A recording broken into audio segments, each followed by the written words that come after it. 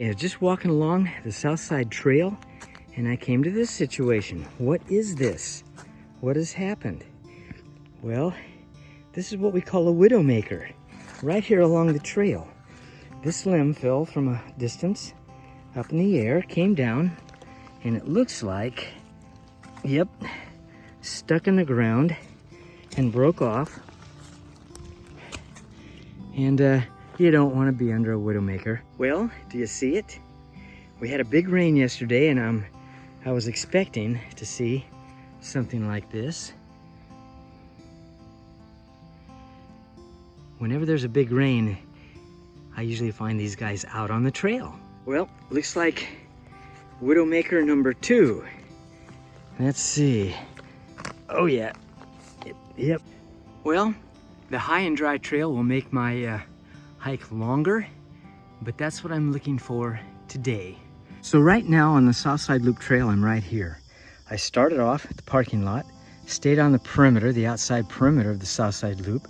Then when I got here, I took the high and dry trail. I did that to add extra mileage onto my 8.6 mile hike today, and I ended up right here. Okay, I'll just continue on the Southside Loop Trail. So, you see this little seed? I don't know what it is, but obviously the squirrels know what it is, and they've been popping these things open and eating a kernel right out of the center. They're all over the forest floor here, everywhere. They must be good. There's a little hill here, and it's a place in the park along the creek, on a little hill where I have reception, and I oftentimes call family members. I just talked to my daughter Rebecca.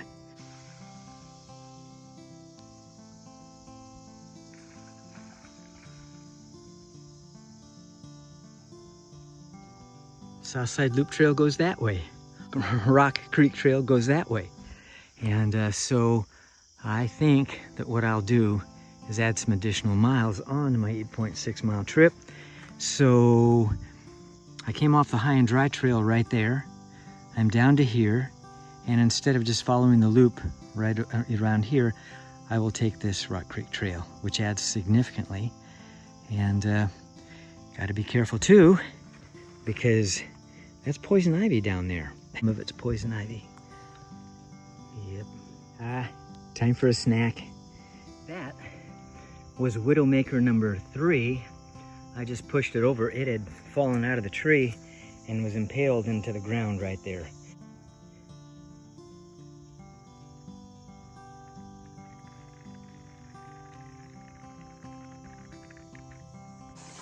Well, I wonder why they call it Rock Creek.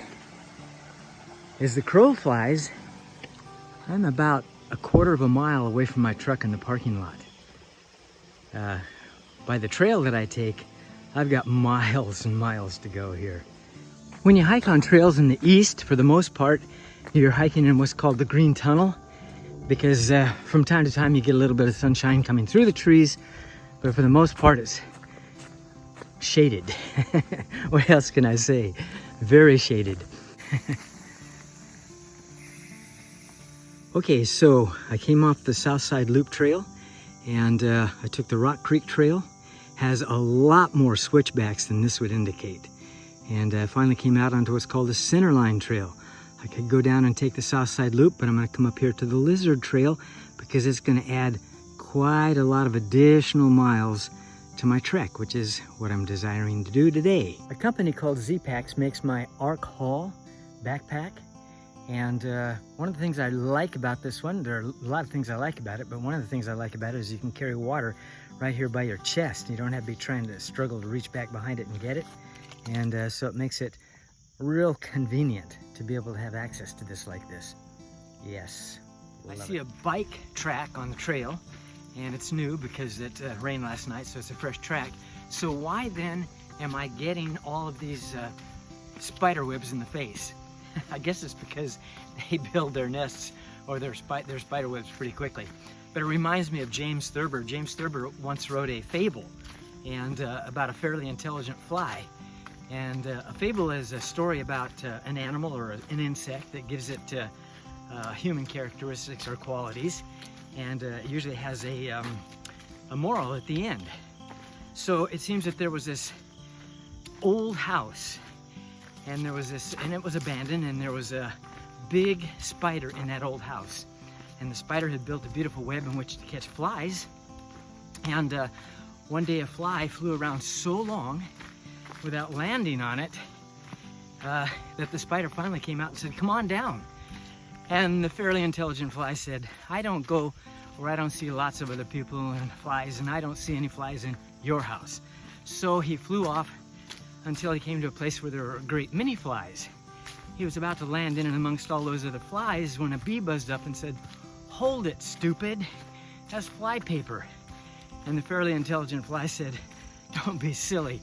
They're just dancing." And so he landed in amongst all the other flies and became stuck to the fly paper. And the moral of the story, according to James Thurber, is there is no safety in numbers or anything else. I don't know that I totally agree with that, not in all things, but certainly with what's going on in our environment right now, with everybody just believing what they're being told and not investigating. I think a lot of misinformation is leading people down the wrong path. That's what I think. Two park employees were just finishing this bridge up, putting the last finishing touches on it when I happened to come by. They told me that I was the first person that was going to be able to cross this bridge.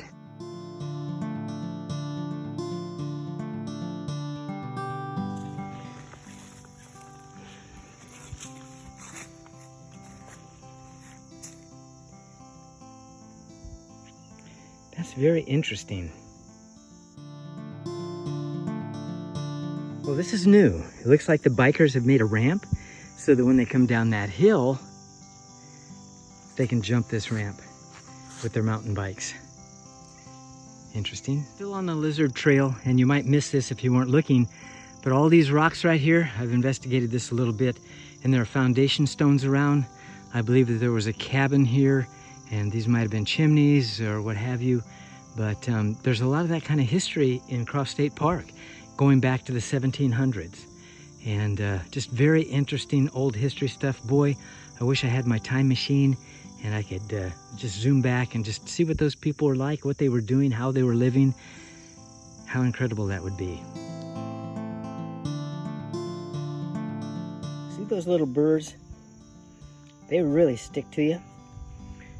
You walk by this little plant and he'll plant them on you. You better look at this. Yeah, no wonder they stick to you. Look at that.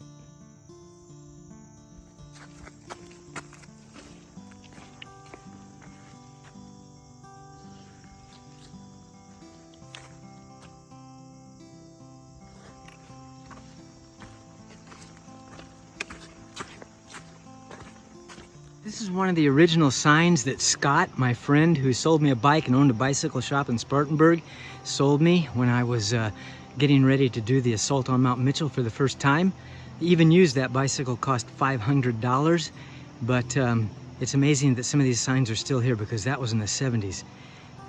Brings back a lot of nostalgia, but he was the one that really got these trails going out here for bikers, and then him and his buddies put together the Assault on Mount Mitchell trail track. A 102-mile bike ride to the top of the highest mountain on the East Coast. Did that, what, 8 years in a row. After the first time I said I'd never do it again, but kept going back. That's just kind of the way things are. Okay, here we are, number 7, the Outlaw Trail.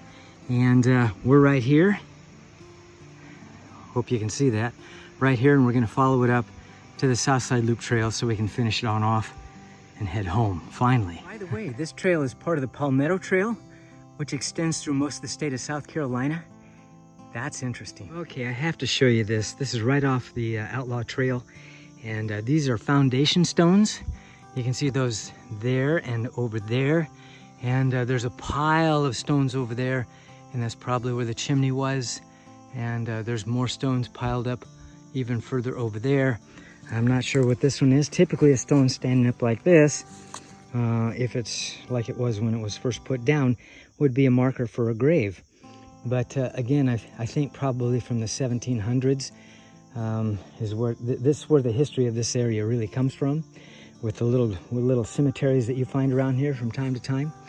But I just find it so fascinating. I just wish I could have known their history. Wish I could have been here just for a few minutes just to see how they lived, who they were, challenges they had, struggles they had, how they fed themselves. Oh my goodness.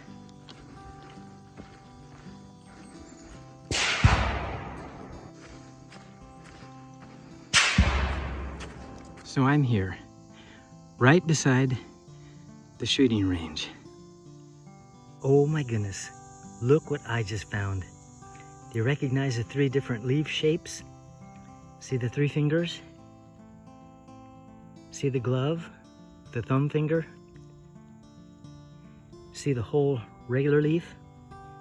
3 different types of leaves on the sassafras tree. And this is just a little tiny sapling. Yay! This isn't just a picture, this is a video. Oh, yeah. Okay, so do you come out here often? First time. No kidding! You're gonna love these trails. So far I am. I've been out here coming to these trails since the early 70s when I was a college student. Okay. Yeah, you're gonna love it. You got a nice bike to do it. So far it's been keeping me upright, so That's awesome. it'll be my fault if it's not, though. Oh, that's awesome. So you from the Spartanburg area? I'm from Gaffney.